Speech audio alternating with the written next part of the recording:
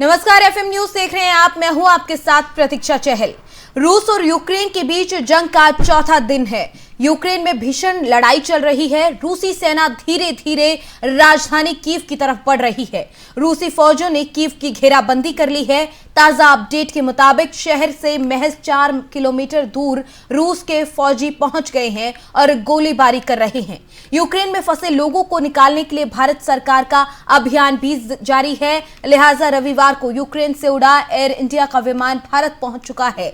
नागरिक उड्डयन मंत्री ज्योतिरादित्य सिंधिया ने यूक्रेन से लाए गए भारतीयों का गुलाब का फूल देकर हवाई अड्डे पर स्वागत किया। इस फ्लाइट में 240 लोगों को लाया गया है। बता दें कि अब तक यूक्रेन से कुल 761 लोगों को यहां पर लाया गया है। ये फ्लाइट हंगरी के रास्ते भारत पहुंची है।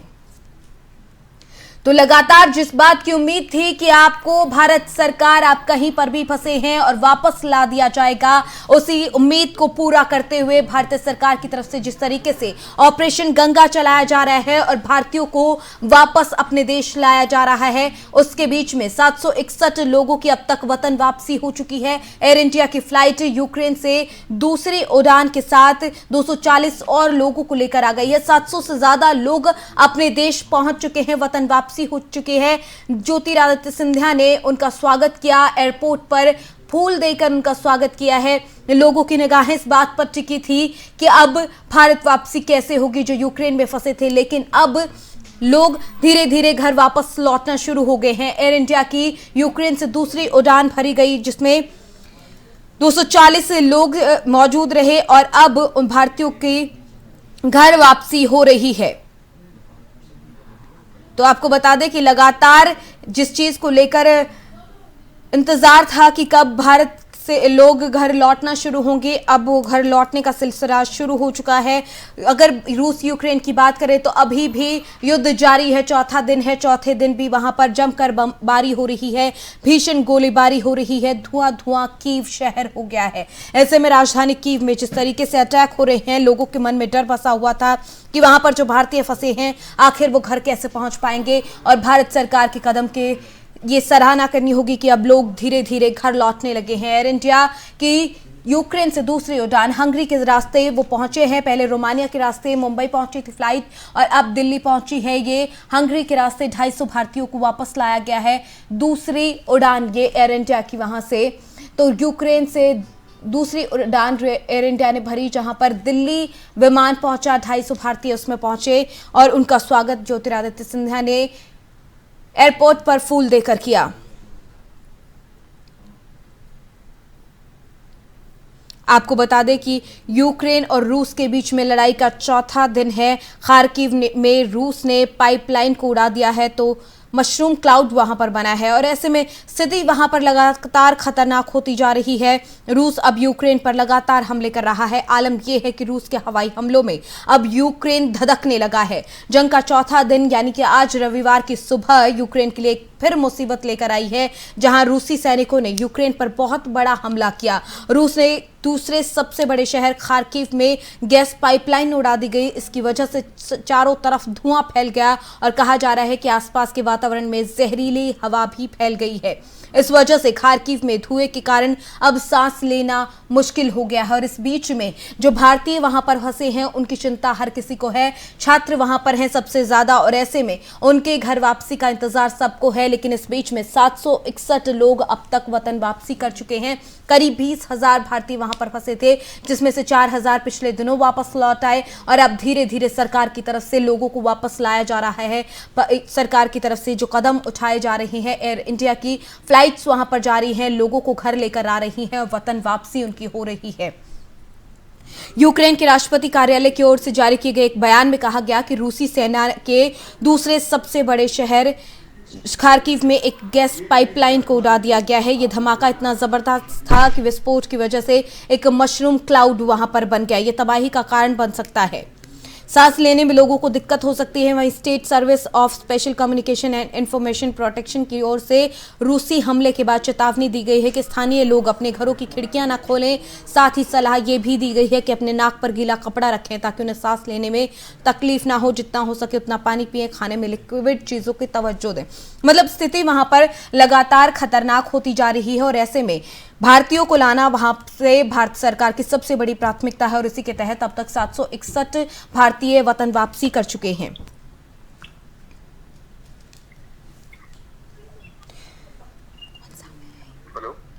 जी, इसी खबर पर ज्यादा चर्चा के साथ हमारे साथ दो मेहमान हमारे साथ यहाँ पर जुड़ गए हैं। सबसे पहले विष्णु प्रकाश जी हैं, एक्स डिप्लोमेट है। बहुत स्वागत है विष्णु जी आपका एफएम न्यूज पर। साथ ही हमारे साथ एमजे अगस्तीन विनोद हमारे साथ यहाँ पर जुड़ गए हैं, रिटायर्ड ग्रुप कैप्टन हैं। बहुत स्वागत है विनोद जी आपका भी। Thank you. जिस तरीके से भारतीयों की वापसी हो रही है, बहुत उम्मीदें थी लोगों को कि रूस यूक्रेन के युद्ध के बीच में भारत सरकार कदम उठाएगी और भारतीयों की वापसी होगी, और अब वो उम्मीद बरकरार होती नजर आ रही है। धीरे धीरे लोग घर लौटने लगे हैं। विष्णु जी, सबसे पहले आपसे पूछूंगी कि किस तरीके से इस पूरे मामले को देखते हैं, क्या आपका की पूरी राय है इस मसले को लेकर? नमस्कार। देखिए, भारत के पास बहुत तजुर्बा है अपने नागरिकों को बाहर निकालने का। हमने लाखों की तादाद में अपने नागरिक मुश्किल जगह से निकाले हैं, और इसीलिए जो भारतीय बच्चे थे या नागरिक थे, उनको बहुत कॉन्फिडेंस था कि अगर मुश्किल होगी तो भारत कदम उठाएगा। और जिस तरह से विदेश मंत्रालय ने, एम्बेसी ने कोऑर्डिनेशन की है बाकी देशों के साथ, देखिए आसान नहीं है। लड़ाई हो रही है, गोला बारूद चल रहा है, पर फिर भी ऐसी व्यवस्था करना ये हमारी डिप्लोमेसी का एक प्रतीक है और भारत की कमिटमेंट का प्रतीक है कि जिस तरह से अपने नागरिकों की सुरक्षा के लिए और उनकी व्यवस्था की जाती है, वो बहुत सराहनीय है। विष्णु जी, जिस तरीके से आपने बहुत अच्छे से एक्सप्लेन किया, हमारे साथ विनोद जी भी जुड़े हुए हैं। विनोद जी, अगर देखा जाए, क्योंकि देखिए लगातार भारतीय तो घर लौटने लगे हैं, लेकिन स्थिति अगर रूस यूक्रेन की बात करें तो वहां पर स्थिति हर दिन बिगड़ रही है, हर पल बिगड़ रही है। ऐसे में अभी भी बहुत सारे भारतीय वहां पर फंसे हैं। तो जिस तरीके से भारत का रुख अब तक पूरे मसले को लेकर रहा है, उसको लेकर क्या कहेंगे? देखिए, तीन महत्वपूर्ण चीजें हमें समझना होगा। सबसे पहली बात, बच्चे हमारे जो हैं वेस्टर्न यूक्रेन में भी हैं और खार्किव और नीप्रो इस एरिया में भी हैं। जो बच्चे हमारे खार्किव, नीप्रो या फिर जो ईस्टर्न यूक्रेन में हैं, उनके लिए ज्यादा तकलीफ है। जो वेस्टर्न यूक्रेन में जो बच्चे हैं हमारे लीव या उस एरिया में, उनको ज्यादा तकलीफ नहीं है। और दूसरी सबसे महत्वपूर्ण चीज हमें ये समझना होगा, जब बच्चे क्रॉस ओवर कर जाते हैं रोमानिया के अंदर या पड़ोसी नेटो देश के अंदर, तो वो बिल्कुल महफूज हैं। मतलब एक लाइन मात्र की बात है। अगर आप इस पार से उस पार हो गए, आप फिर आपको तुरंत वहां से उठा लाने का कोई जरूरत नहीं है। ये जो ह्यूमैनिटेरियन रिलीफ या व्हाटएवर जो मिशन है, ये उस समय खत्म हो जाता है जब बच्चे महफूज हो जाते हैं और किसी भी नेटो देश को रशिया अटैक नहीं करेगा। अगर अटैक करेगा तो तीसरी विश्व युद्ध हो जाएगी। ये हो गई सबसे पहली बात। और दूसरी बात जो है, तो यूक्रेन भी हो या फिर रशिया भी हो, भारत के साथ बहुत अच्छे संबंध है दोनों के। तो इसी वजह से हमारा जो झंडा है उसका जो बोलबाला है बहुत ज्यादा है। तो जो अपना झंडा लगाया हुआ बस पे ना यूक्रेन अटैक करेगा, ना आप पे रशिया अटैक करेगा। तो जल्दी से जल्दी एक झंडा ले लें बच्चे, कोई दो चार अगर साधन, कोई भी साधन मिले, वो साधन लेकर के ईस्टर्न यूक्रेन पहुंच जाए। और तीसरी सबसे महत्वपूर्ण बात ये चीजें आपको ध्यान रखना है कि ये जो लड़ाई है, ये अभी स्पाइरल आउट ऑफ कंट्रोल होने में ज्यादा से ज्यादा 4 या 5 दिन लगेगा।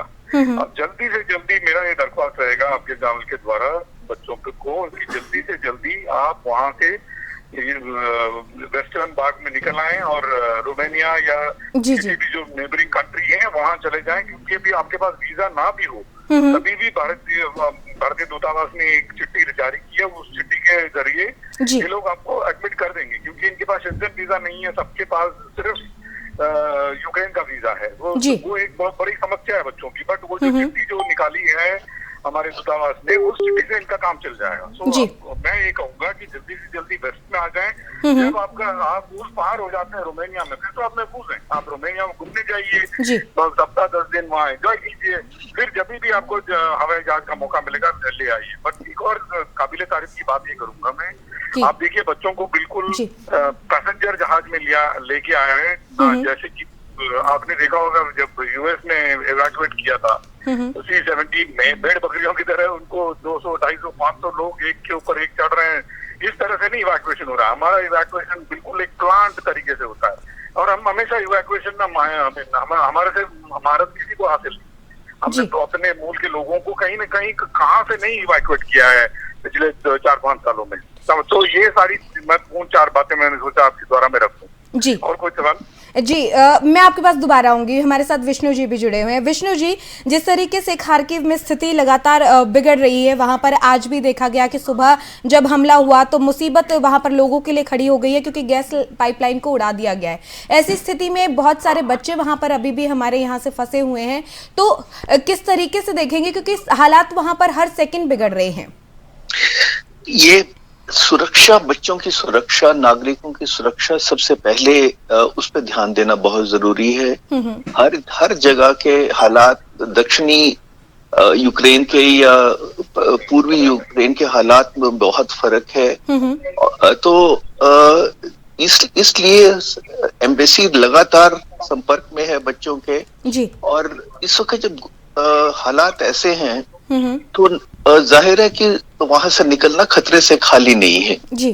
तो इस वक्त बच्चों को रुकना पड़ेगा, जहां से निकल सकते हैं वहां से निकलें और जब हालात ठीक हो जाएं तब ऐसी जगह से निकलें जैसे खार्किव है। तो ये कोऑर्डिनेशन एम्बेसी के साथ होगी। और मैंने सोवियत संघ में पोस्टिंग की है, वहां जो दूसरे विश्व युद्ध के दौरान जी मेट्रो स्टेशंस को बहुत डीप बनाया गया था, बहुत ही डीप, इसलिए कि वो बॉम्ब शेल्टर्स के रूप में भी काम करते हैं जी। तो सुरक्षा का प्रबंध है ताकि कोई नुकसान ना हो, क्योंकि इस वक्त अपना नुकसान ना हो ये इसकी इस तरफ तवज्जो देना बहुत जरूरी है। और ये कब तक चलेगा ये नहीं मालूम, पर देखिए जो लड़ाई है यूक्रेन और रशिया के बीच में वो बराबर की लड़ाई नहीं है। तो ये कितनी देर चलेगी, ये शायद ज्यादा देर नहीं चलेगी। यूक्रेन बड़ी हिम्मत से लड़ाई कर रहा है पर बराबरी की नहीं है। तो जैसे ही लड़ाई थोड़ी थमती है वैसे हमारे बच्चे जो ये पूर्वी यूक्रेन में हैं उनको निकाल लिया जाएगा। एक चीज मैं और कहना चाहूंगा कि हम अपना जो जिस तरह से निकालते हैं बच्चों को, अपने नागरिकों को, उसकी बात करें तो बहुत अच्छा है। किसी दूसरे देश की निंदा करना मेरे ख्याल में अच्छा नहीं है। जी जी। विनोद जी हमारे साथ लगातार जुड़े हैं। विनोद जी, देखिए आज फिर पहले संयुक्त राष्ट्र में जो सुरक्षा परिषद है उसमें बैठक हुई थी, वहां पर वोटिंग हुई थी, वहां पर वीटो लगा दिया गया था रूस की तरफ से। आज एक बार फिर से वोटिंग होनी है, तो क्या आपको लगता है कि भारत की तरफ से इस वोटिंग के दौरान फिर क्या पहले वाला ही रुख हम एक बार फिर से अख्तियार करेंगे यहाँ पर? देखिए, ये जो यूएन सिक्योरिटी काउंसिल का जो वोटिंग है इससे बड़ा कोई जोक नहीं है। इसलिए इससे बड़ा कोई जोक इसीलिए नहीं है क्योंकि वीटो पावर हमने दिया हुआ है चंद देशों को, उसमें रशिया भी एक है, चाइना भी एक है। आपको क्या लगता है कोई संयुक्त राष्ट्र के जो फौजें जो हैं यूक्रेन को बचाने चली जाएंगी? ये मुमकिन ही नहीं है। जब वीटो पावर हमने चाइना को, रशिया को, फ्रांस को, यूके को, यूएसए को, कनाडा को दिया हुआ है, ये किसी भी एक बात पे कभी भी एक जैसा बोले हैं क्या? नहीं बोले। तो आप ये समझिए संयुक्त राष्ट्र को इस लड़ाई ने एक्सपोज कर दिया है। क्यों? क्योंकि जब वीटो पावर वाला देश जो है किसी अन्य देश के साथ जब लड़ाई करता है, संयुक्त राष्ट्र, हमें ये प्रूव कर दिया गया है कि संयुक्त राष्ट्र का इसमें कोई रोल नहीं है सिवाय ये जो वोटिंग खेलते रहे, ट्विटर खेलते हैं, इसके अलावा ये कुछ नहीं कर सकते। ये इससे पहले संयुक्त राष्ट्र से पहले आप यंग हैं तो शायद आपको शायद पता हो ना हो, हमारे बच्चों को भी शायद पता हो ना हो, संयुक्त राष्ट्र से पहले एक एक और ऐसी एक प्रणाली हुआ करती थी जिसका नाम था लीग ऑफ नेशन। जी। लीग ऑफ नेशन फेल हुआ क्योंकि जो विक्टर बने वो लोग, उन्होंने कहा कि हमारा वोट ज्यादा रहेगा, तुम्हारा वोट कम रहेगा। लीग ऑफ नेशन खत्म हुआ, ये साइंस राष्ट्र बन गया। साइंस राष्ट्र में भी हमने उठा के वीटो पावर दे दिया कुछ चंद देशों को। जी। ये संयुक्त ये किस नाम से यूनाइटेड है, ये मुझे बताइए। किसी भी लिहाज से आप देखिए यूनाइटेड है नहीं। कुछ this is a club of haves and have nots.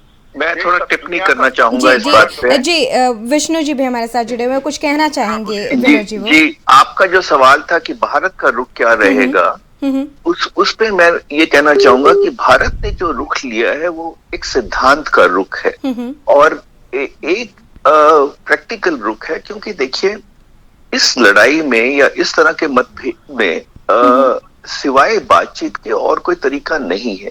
जी। भारत ने बड़ा स्पष्ट किया है कि बातचीत कुछ हल निकालती, इससे पहले जो ये लड़ाई शुरू हो गई है उससे के लिए खेद है, और कि सीमाएं किसी देश की जोर जबरदस्ती से नहीं बदली जा सकती आज के दिन में, और इंसानी जान की कीमत लगाना और इंसानों को सूली पे चढ़ा देना, दांव पे चढ़ा देना ठीक नहीं है।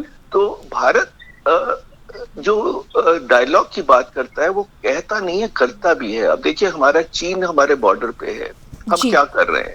14 राउंड डायलॉग के हो गए हैं, कुछ मामला सुलझ गया है, कुछ और सुलझ जाएगा। 70 साल से पाकिस्तान के साथ यही कर रहे हैं। तो भारत वो कह रहा है जो करता है, और वही तरीका है आगे बढ़ने का। तो सिद्धांत का जो इन्होंने प्रिंसिपल स्टैंड लिया है वो न्यूट्रल नहीं है। जी। कुछ लोग कहते हैं कि न्यूट्रल है, न्यूट्रल बिल्कुल नहीं है, पर एक दोनों देशों के दोस्त होने के कारण हम वो सजेस्ट कर रहे हैं जिससे कोई समाधान निकल सकता है। तो ये कहा जा सकता है कि जी जी जी एक चीज का ध्यान रखना है। मैं बिल्कुल अम्बेसडर की बात से सहमत हूँ कि हर लड़ाई, हम पड़ोस में भी हम हमेशा लड़ाई तोड़ना करते हैं, सीधा जाके बात करते हैं, सुलझाने की कोशिश करते हैं। जी।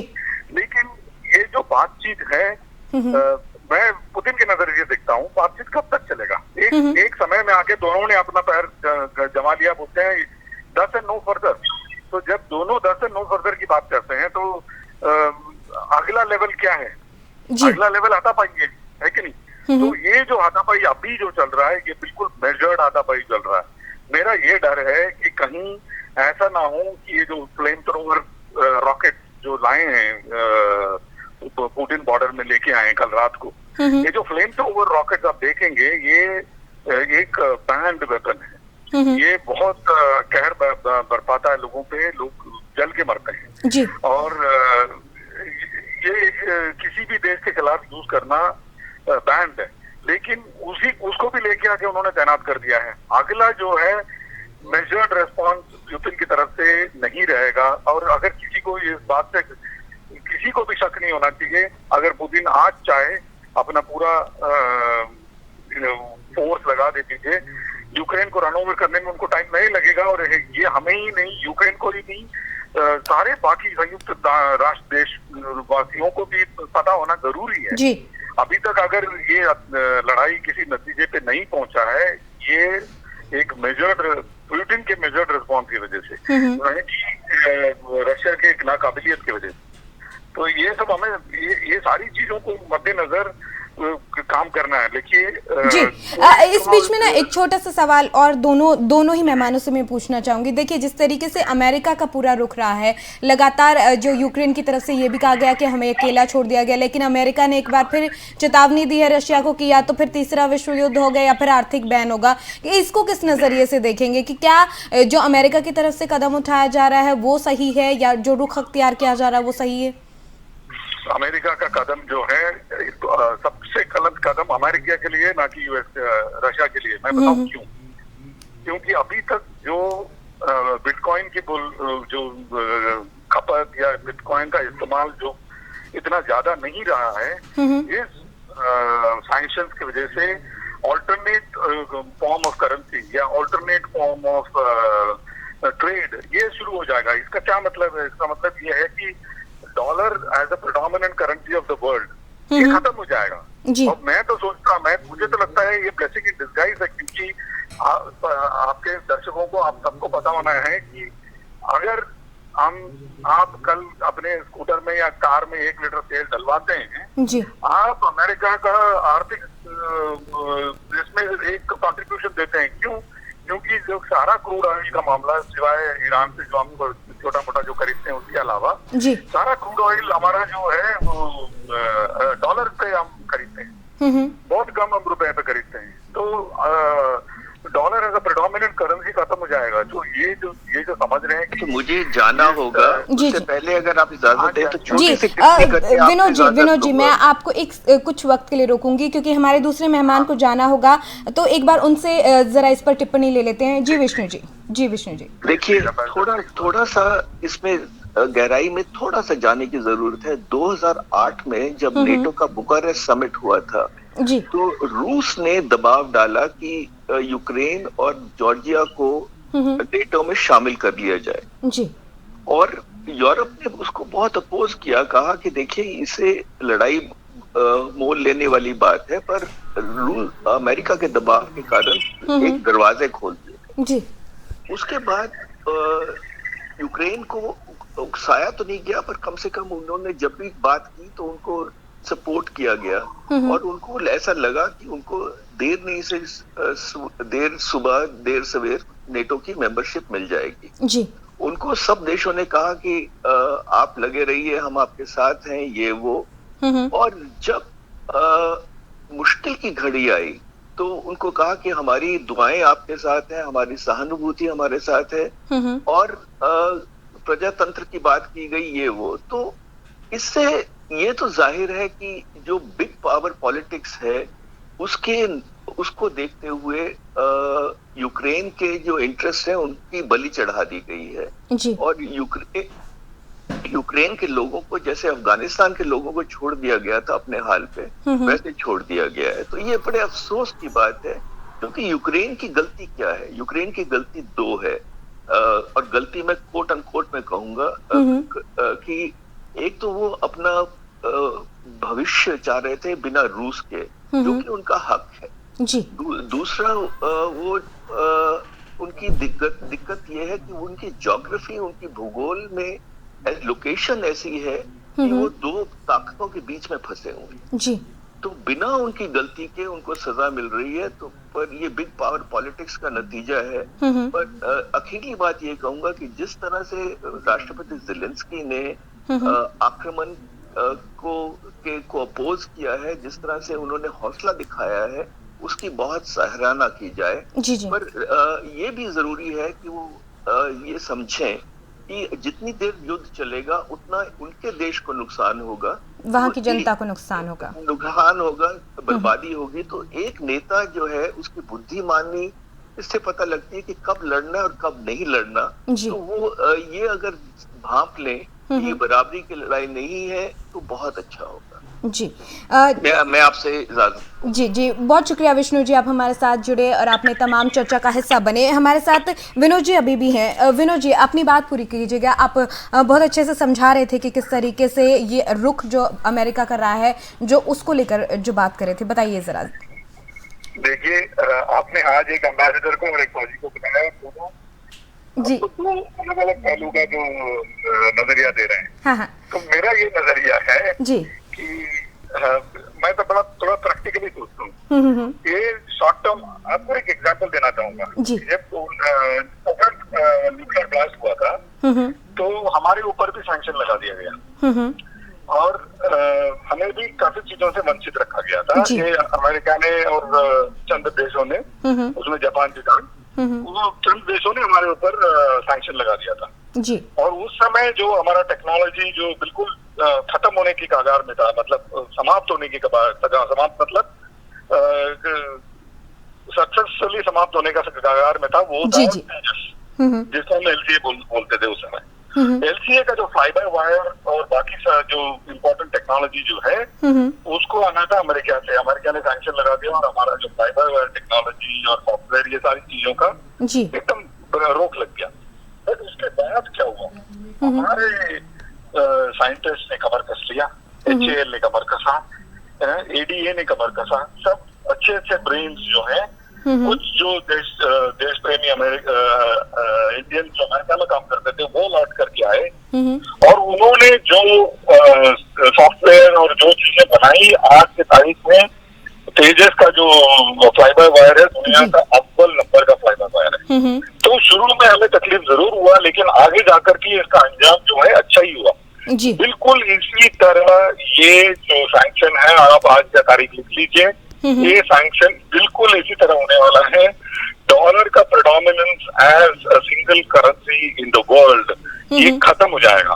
और ये सैंक्शन अगर और एक और मैं एग्जांपल देना चाहूंगा, देखिए मैं अगर सैंक्शन लगाता हूँ रशिया पे कि आप डॉलर पे या फिर डॉलर पे आप ट्रेड नहीं कर सकते, बट आप सैंक्शन लगा रहे हैं एक कंट्री पे नहीं, 2 कंट्री पे मिनिमम सैंक्शन लगा रहे हैं। क्यों? ट्रेड जो होती है वो 2 कंट्री के बीच में होती है।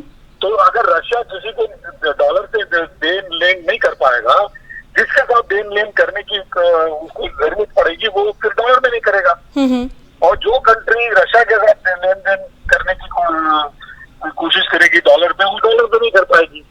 तो डॉलर पे नहीं कर पाएगी तो फिर किस उस पे करेगी बताइए? तो वो करेगी बिटकॉइन पे। तो इसीलिए जो मैं कह रहा था इससे पहले कि बिटकॉइन जो है, बिटकॉइन एज ए करेंसी,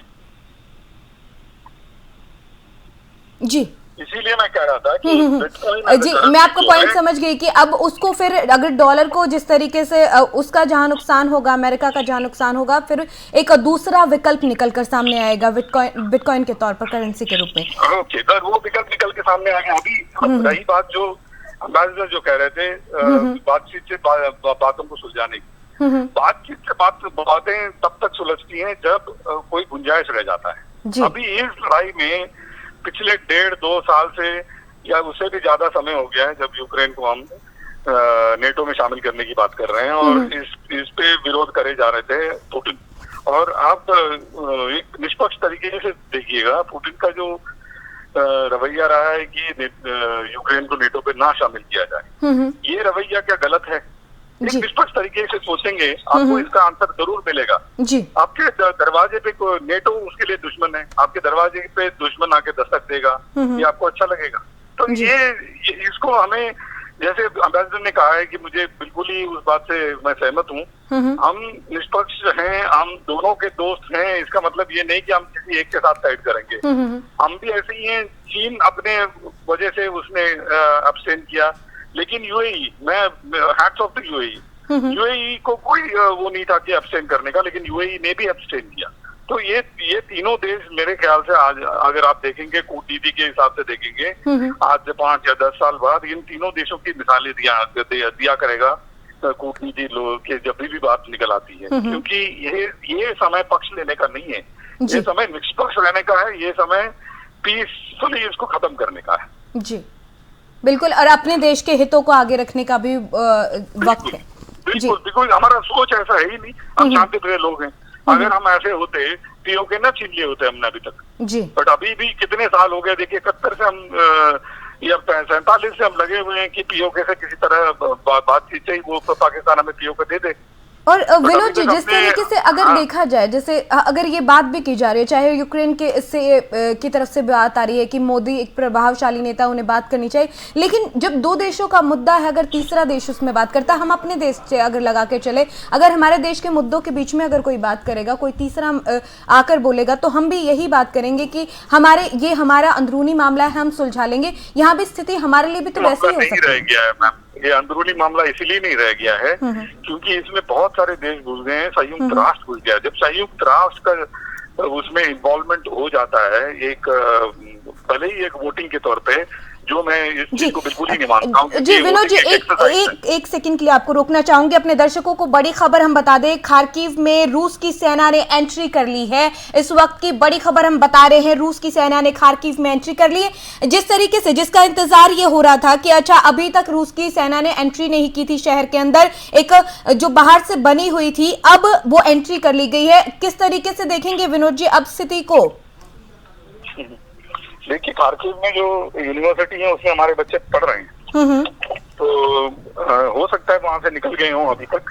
अगर निकलने का मौका जरूर है। और आप देख ही रहे हैं कि कई बड़े बड़े सामने के जो जर्नलिस्ट हैं वो पहुंचे हुए हैं। इसका मतलब वो पहुंचे तो कोई ना कोई रास्ता उन्होंने निकाला है, उसी रास्ते ये भी लड़ पाए। और जैसे मैंने पहले भी कहा था कि भारतीय जो जनता है उसका बोलबाला है यूक्रेन में भी। पता नहीं जो भी यूरोप में ट्रैवल किया है वो मेरी बात से सहमत जरूर, मुल्क के लोगों को बहुत इज्जत देता है जी। उनको पता है वो हमें एक उनका नजरिया भारतीय मूल के लोगों की तरफ पता क्या है कि बहुत ही बुद्धिमान लोग हैं और गणित में बहुत तेज। ये उनका सोच है। और कंप्यूटर में ये लोग बिल्कुल ही मतलब इनके ये सबसे अव्वल है दुनिया में। ये है उनका सोच और गलत नहीं है ये सोच। तो और यूक्रेन और रशिया दोनों के दोस्त हैं, तो भारत के जो झंडा है उसको लगा लीजिए अपने सर पे या बैग के ऊपर और निकल पड़िए। ये मेरा दरख्वास्त रहेगा बच्चों को। जी, बहुत शुक्रिया विनोद जी, आप हमारे साथ यहाँ पर जुड़े, आपने बहुत कीमती वक्त हमें दिया। दर्शकों को भी आपने बहुत अच्छे से समझाया कि इस पूरे मसले को लेकर किस तरीके से आपकी राय है या फिर किस तरीके से भारत का रुख जो है वो इस पूरे मसले को लेकर बहुत सही है। बहुत शुक्रिया आपका वक्त देने के लिए। तो बड़ी खबर आपको बता दें, खार्किव में रूस की सेना ने एंट्री कर ली है और ऐसे में अब खार्किव के अंदर जो है रूसी सेना के जो सैनिक हैं वो पहुंच रहे हैं, धीरे धीरे एंट्री कर रहे हैं। जिस बात को लेकर ये कहा जा रहा था कि अभी तक एंट्री नहीं हुई, लेकिन अब वो एंट्री हो गई है। बहुत सारी जगहों पर दावा किया जा रहा है, कब्जे का दावा किया जा रहा है। होस्टोमेल है, खेरसोन है, मेल्टिपोल एक ऐसी जगह है जहां पर कब्जे का दावा किया गया है और अब खार्किव भी इस जगह में शामिल हो गई है जहां पर दावा किया गया है रूस की सेना राजधानी में एंटर कर चुकी है। ये बड़ी खबर, अहम जानकारी आप तक पहुंचा रहे हैं रूस और यूक्रेन के बीच चल रही जंग की।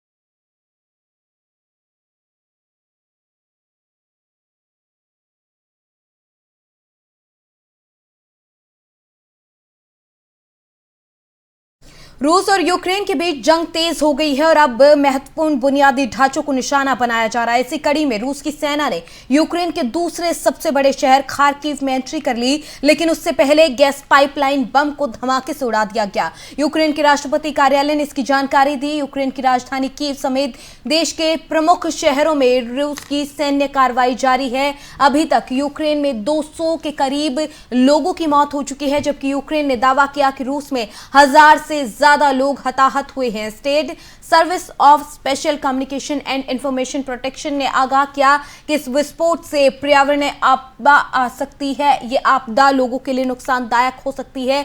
साथ ही उन्होंने निवासियों को सलाह दी है कि अपने घरों में खिड़की को जो है गीले कपड़ों से ढक दें, काफी तरल पदार्थ पिए, ज्यादा से ज्यादा पानी पिए। State services of special communication and information protection ने बताया कि ये विस्फोट मशरूम के बादल की तरह लग रहा है। यूक्रेन की शीर्ष अभियोजक इरिना वेंदेदिक्तोवा ने कहा कि रूसी सेना खार्किव पर कब्जा नहीं कर पाएगी। हालांकि कब्जा हो गया है और वहां पर भीषण लड़ाई चल रही थी। इससे पहले करीब 15 लाख लोगों की आबादी वाला यह शहर रूसी सीमा से 40 किलोमीटर की दूरी पर है। ऐसे में रूस का इरादा इस पर कब्जा करने का था और मनोबल तोड़ने का था यूक्रेन का। और जब अब एंट्री कर चुकी है, सैन्य ठिकानों को जो है निशाना बनाया जा रहा है, रूसी सैनिक खार्किव शहर में एंट्री कर चुके हैं। कीव पर कब्जे की तैयारी में रूस चारों तरफ से घेराबंदी कर चुका है।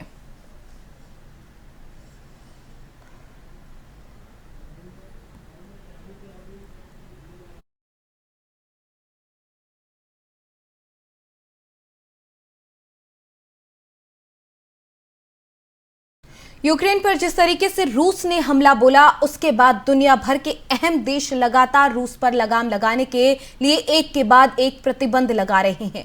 अब इसी दिशा में पश्चिमी देशों ने अब तक का सबसे बड़ा कदम उठाया है। America, European commission, France, Germany, Italy और यूनाइटेड किंगडम, कनाडा ने रूस में कुछ बैंकों पर स्विफ्ट ट्रांजैक्शन को लेकर प्रतिबंध लगाने का फैसला किया है। यहां एक हाई सिक्योरिटी नेटवर्क है जिसके जरिए बैंकिंग संस्थान दुनिया भर में पैसों का लेन देन करते हैं। ऐसे में यह फैसला रूस को वित्तीय ट्रांजैक्शन के तौर पर बड़ा झटका माना जा रहा है। बता दें कि रूस ने दुनिया का चौथा सबसे बड़ा विदेशी मुद्रा भंडार इकट्ठा किया है। रूस का विदेशी मुद्रा भंडार $630 बिलियन से ज्यादा का है। जो बाइडेन की सरकार के एक वरिष्ठ अधिकारी ने बताया कि हम एक साथ मिलकर रूस पर प्रतिबंध लगा रहे हैं ताकि रूस अपने विदेशी मुद्रा भंडार का इस्तेमाल अपनी मुद्रा को मदद देने के लिए इस्तेमाल ना कर सके और हमारे द्वारा लगाए गए प्रतिबंध के असर को कम ना कर सके। $600 बिलियन से ज्यादा का विदेशी मुद्रा भंडार पुतिन के लिए अहम है जब वो इसका इस्तेमाल कर सकें।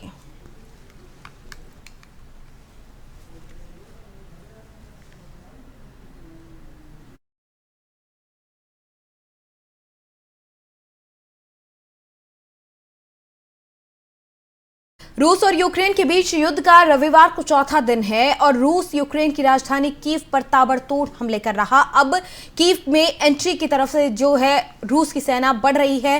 कीव में जहां तक लोगों की नजर आ रही है आग धुएं का गुबार नजर आ रहा है। रूस के हमलों से यूक्रेन की राजधानी कीव दहल गई।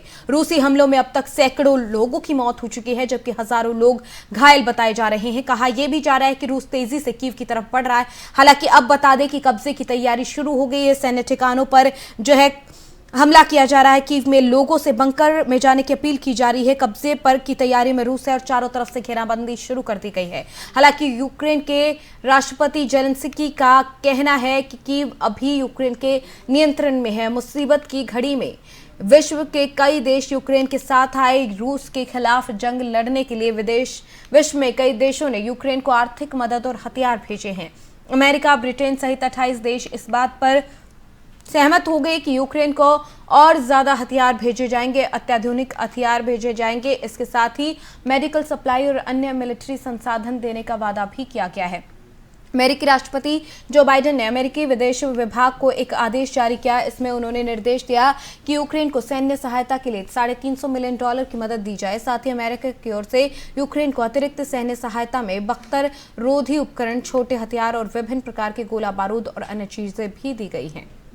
जर्मनी ने भी यूक्रेन को 1000 टैंक रोधी हथियार, 500 स्ट्रिंगर, सतह से हवा में मार गिराने वाले मिसाइल भेजेगा। जर्मन चांसलर ने कहा कि रूसी हमला एक महत्वपूर्ण मोड़ है। ये हमारा कर्तव्य है कि हम यूक्रेन को पुतिन की हमलावर सेना के खिलाफ बचाव में मदद करने के लिए अपनी तरह से पूरी कोशिश करेंगे। इसके लिए हम यूक्रेन में अपने दोस्तों को 1000 टैंक रोधी हथियारों और 500 स्ट्रिंगर मिसाइलों की आपूर्ति कर रहे हैं। बेल्जियम भी यूक्रेन की मदद के लिए आगे आया है। बेल्जियम रोमानिया में 300 सैनिकों को तैनात कर रहा है। यूक्रेन को मशीन गन भेज रहा है। चेक गणराज्य ने यूक्रेन को $85 लाख के हथियार और गोला बारूद भेजने की बात कही है। चेक रक्षा मंत्रालय ने कहा कि यूक्रेन को भेजे गए जाने वाले सैन्य सामान में मशीन गन, असॉल्ट राइफलें और अन्य हल्के हथियार शामिल हैं।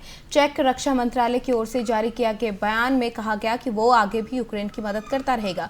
स्वीडन भी यूक्रेन को सैन्य, तकनीकी और मानवीय सहायता दे रहा है।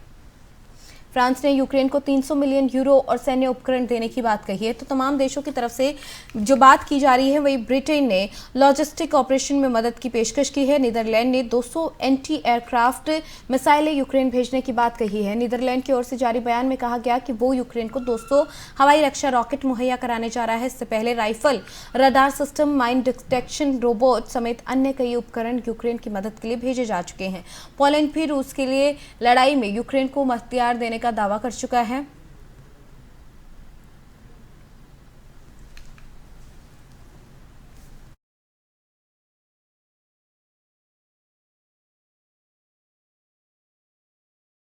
वहीं रूस यूक्रेन के बीच छिड़ी जंग अब खतरनाक मोड़ लेती जा रही है। दरअसल रूस का कहना है कि यूक्रेन बातचीत के लिए तैयार नहीं, लिहाजा हम चौतरफा हमला करेंगे। इस जंग पर दुनिया भर के देशों की नजर है और आशंका जताई जा रही है कि इस युद्ध में तोप, गोले, बंदूकों से बढ़कर लड़ाई न्यूक्लियर हमले तक पहुंच सकती है। इस युद्ध में बेलारूस रूस के लिए बड़ा मददगार साबित हो रहा है। ऐसे में फ्रांस ने इस मामले में दखल देते हुए कहा कि बेलारूस को यूक्रेन के खिलाफ युद्ध में रूस की मदद नहीं करनी चाहिए। बता दें कि फ्रांस के राष्ट्रपति इमैनुअल मैक्रों ने बेलारूस के राष्ट्रपति अलेक्जेंडर लुकाशेंको से फोन पर बातचीत की और इस दौरान उन्होंने बेलारूस के उस फैसले की कड़ी निंदा की है जिसमें बेलारूस ने कहा कि वो रूस को बेलारूस की धरती पर परमाणु हथियार तैनात करने की स्वीकृति देगा। राष्ट्रपति मैक्रों ने बेलारूस के राष्ट्रपति अलेक्जेंडर लुकाशेंको से कहा कि वो बेलारूस और यूक्रेन के लोगों की भावनाओं की कदर करे और रूस की ओर से किए जा रहे यूक्रेन पर हमलों का सहयोगी ना बने, क्योंकि ऐसा करना किसी के भी हित में नहीं होगा।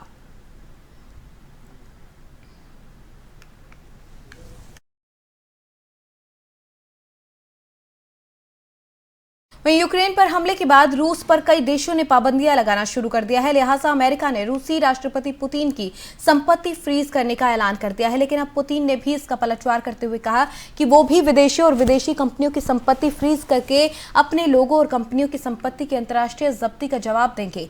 रूसी विदेश मंत्री सर्गेई लावरोव ने कहा कि मॉस्को यूक्रेन में एक समझौते पर सभी जरूरी कदम उठा रहा है। बता दें कि उन्होंने तुर्की के अपने समकक्ष के बात करते हुए कहा कि हम इस मसले पर लगातार नजर बनाए हुए हैं। यूक्रेन रूस के बीच में छिड़ी जंग अब कई जान ले रही है। इसमें न सिर्फ यूक्रेन के नागरिक मारे गए हैं बल्कि ग्रीस के नागरिक भी इसका शिकार हुए।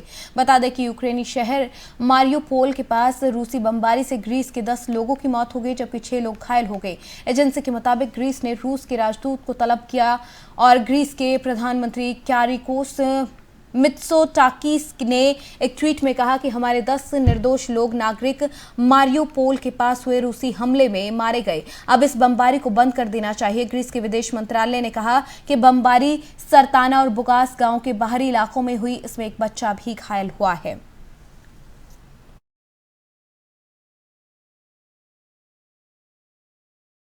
वहीं यूक्रेन पर हमले के खिलाफ रूस में भी विरोध के सुर हैं वो उठने लगे हैं। राजधानी मॉस्को समेत कई शहरों में लोगों ने युद्ध के खिलाफ प्रदर्शन किया। रूसी पुलिस ने दर्जनों शहरों में प्रदर्शन कर रहे 1700 से ज्यादा लोगों को हिरासत में ले लिया।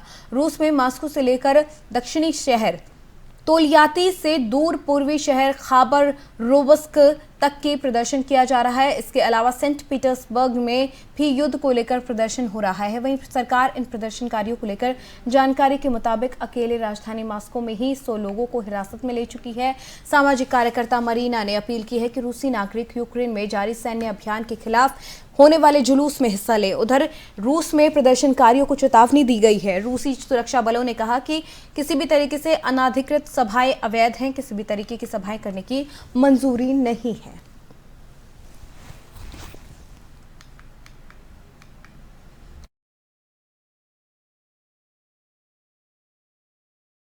रूस और यूक्रेन के बीच हो रहे युद्ध को लेकर पूरी दुनिया पशुपेश की स्थिति में है।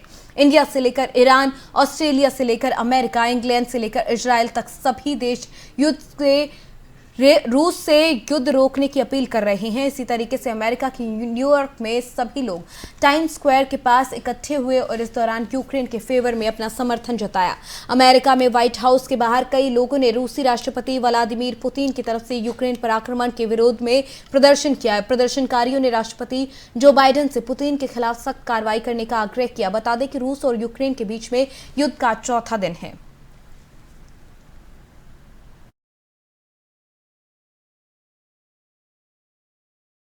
चलिए अब आपको ग्राफिक्स के जरिए समझाते हैं कि आखिर रूस और यूक्रेन के बीच में पूरा विवाद क्या है, जिसकी वजह से 4 दिन से वहां पर युद्ध की स्थिति है और क्या परेशानी इन दोनों देशों के बीच में। रूस और यूक्रेन के बीच इस बार विवाद की जड़ नाटो है। नाटो यानी कि नॉर्थ अटलांटिक ट्रीटी ऑर्गेनाइजेशन 1949 में शुरू हुई थी। यूक्रेन नाटो में शामिल होना चाहता है, जिससे रूस को हमेशा से परेशानी रही। रूस को आशंका है कि यूक्रेन कहीं नाटो में शामिल ना हो जाए। रूस की आशंका है कि नाटो देशों के सैनिक उसकी सीमा के पास ना आ जाएं। पुतिन का कहना है कि यूक्रेन अब एक संप्रभु देश नहीं रहा। यूक्रेन अब पश्चिमी देशों की कठपुतली बन गया है। रूस ने यूक्रेन से कहा था कि वो नाटो की सदस्यता ग्रहण ना करे। रूस ने कहा कि यूक्रेन एक तटस्थ राष्ट्र के रूप में काम करे। पूर्व सोवियत गणराज्य के रूप में यूक्रेन और रूस के सामाजिक और सांस्कृतिक संबंध रहे हैं। यूक्रेन में व्यापक स्तर पर रूसी भाषा का इस्तेमाल किया जाता है। 2014 में रूस के आक्रमण के बाद से दोनों देशों के संबंधों में खटास आई।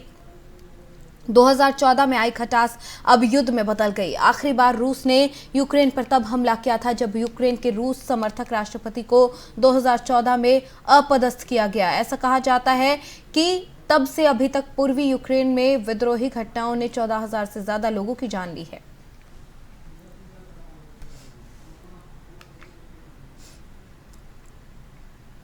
चलिए अब आपको बताते हैं कि आखिर किसमें कितना दम है। रूस के सैनिकों की बात करें तो 8.5 लाख फाइटर एयरक्राफ्ट उनके पास 772 हैं, तो वहीं अटैक हेलीकॉप्टर 544, सैन्य वाहन 30,122, पनडुब्बी 70, मोबाइल रॉकेट प्रोजेक्टर 3,391 और टैंक 12,420 हैं। वहीं यूक्रेन की अगर बात करें तो यूक्रेन के पास 2 लाख जो है सैनिक हैं, फायर एयरक्राफ्ट 69 हैं, अटैक हेलीकॉप्टर 34, सैन्य वाहन 12,303 है, पनडुब्बी 1 भी नहीं है, मोबाइल रॉकेट प्रोजेक्टर 490 और टैंक 2,596 हैं।